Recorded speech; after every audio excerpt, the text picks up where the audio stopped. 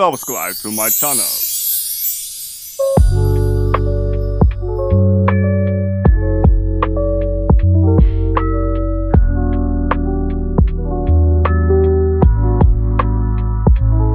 තමයි good morning. ඉතින් අද මම බෝඩිමේ ඉන්න දවසක් මම මේ දැන් තාම මූණ හොඳට කොණ්ඩේ පීරලා මුකුත් කරලා නැහැ. දැන් වෙලාව 8:00යි. අද මට හිතුණා vlog එකක් කරන්න. ඔන්න ඊට පස්සේ ටක් ටක් ගාලා මූණ හොදගෙන දත් මැදලා පිරිසිදු ඇඳුමක් ඇඳගෙන මම හනිකට ආවේ මගේ ඊළඟ වැඩේට. මං දැන් හදන්නේ මගේ කොණ්ඩේ පීරන්න. මට තියෙන කර්ලි හයර් කරලම මම දැන් චුට්ටක් පීරුවා. ඒ නිසා පීරුවම පිම්බෙනවා. පේනවද? ඔයගොල්ලන්ට පේනවා ඇති. බලන්න. මේ මම කොණ්ඩේ පීරුවම මෙහෙම පිම්බෙනවා කොණ්ඩේ. අන්න ඒ නිසා තමයි ළමයි කර්ලි හෙයා තියෙන ගෑනු ළමයි කොණ්ඩේ පීරන්නේ නැත්තේ. ඉතින්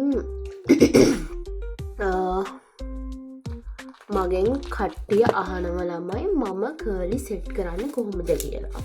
මම කර්ලි සෙට් කරන්න ගන්නේ මෙන්න මේ බ්‍රෑන්ඩ් එකේ රවුෂන් බ්‍රෑන්ඩ් එකේ නමයි මම මෙන්න මේ දෙක තමයි යූස් කරන්නේ. හරිද? ඔයාලට පේනවද බලන්න. මෙන්න මේකයි.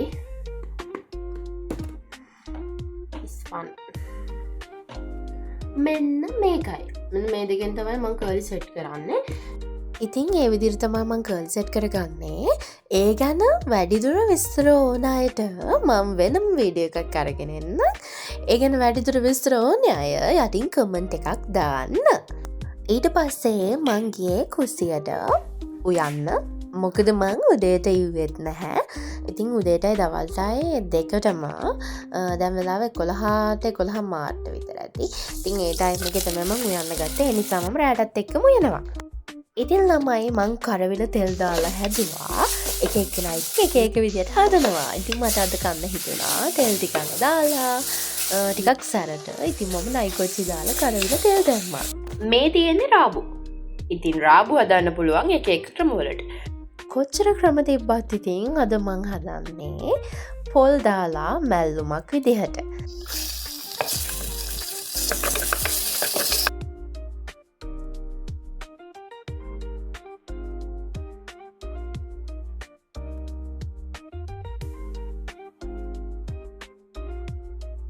අපේ ගෙදර පොල් ඉවරුණා ළමයි. මට කඩේට යන්නත් කම්මැලි හිතුණා. මම වතුරෙන්ම පරිප්පු එක හදලා ගත්තා. හැබැයි ටිකක් රසට තිබ්බා. මොකද මම නයිකොච්චිත් දැම්මා, මේ තක්කලිත් දැම්මා. ඒ නිසා ගොඩක් රසට පරිප්පු එක තිබුණා. ඒ වැඩ ටික කළි වෙලා ළමයි මම තේ එකක් හදාගත්තා. තේ එකක් හදාගෙන ඇවිත් ඉතින් නිදාසේ කාමරේ තුල තේක බිව්වා. මම පන දාගෙන අර උයපු කෑම ටික ඇත්තටම රහද කියලා කාලා තමයි බලන්න ඕනේ. දෙයනේ කියලා කෑම ටික නම් රසටම තිබ්බා.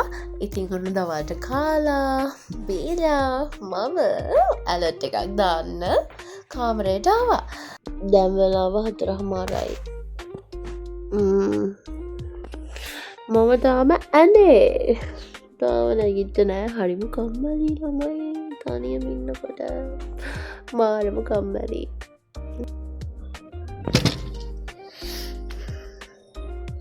ටිකක් කලවර වැටිගෙන ඇවිත් නිසා ළමයි මම ජනේලෙත් වහලා පූච්චි දෙකක් හදන්න ලෑස්ති වුණේ රෝස අත්තක් හිටවලා. ඉතින් මෙතන හපැයි තිබුණු රෝස ගහකින් අත්තක් කපාගෙන ඇවිල්ලා ඒක දෙකට වෙන් කරලා පෝච්චි දෙකට හරියන විදියට මම ඒක හිටවුවා. බලමු තව ටික කාලෙකින් කොහොමද රෝස ගහ හැදෙනවද කියලා. ඉතින් මම ඒකට අන්තිමේදී වතුරක් දාලා ළමයි ලස්සනට පෝච්චි දෙක ආයි තිබ්බ තැනින්ම තියුවා. මං වොෂ් එකක් දාන්න ළමන්නේ. දැන් වෙලාව 6:20යි ළමයි. ඉතින් මම වොෂ් එකක් දාගෙන ඇවිල්ලා මුළු කාමරේටම අඳුන්කුරු දෙකක් පත්තු කරලා ඒකේ දුම අල්ලන්න තමයි හදන්නේ. එතකොට මට දැනෙනවා නිකන් අලුත් ෆ්‍රෙෂ් එකක් එනවා වගේ. කාමරේටයි මටයි දෙකටම. ඉතින් මම අඳුන්කුරක් පත්තු කරලා මේ විදිහට කාමරේටම ඇල්ලුවා. එහෙනම් ළමයි අදට ව්ලොග් එක ඉවරයි. මේ වීඩියෝ එක දෙතුන් පාරක් ගත්තත් ළමයි ඒකේ සවුන්ඩ් වල පොඩි ප්‍රශ්නයක්. එහෙනම් අදට මං ගිහින් එන්නම්. බයි බයි. හැමෝම පරිස්සමින් ඉන්න.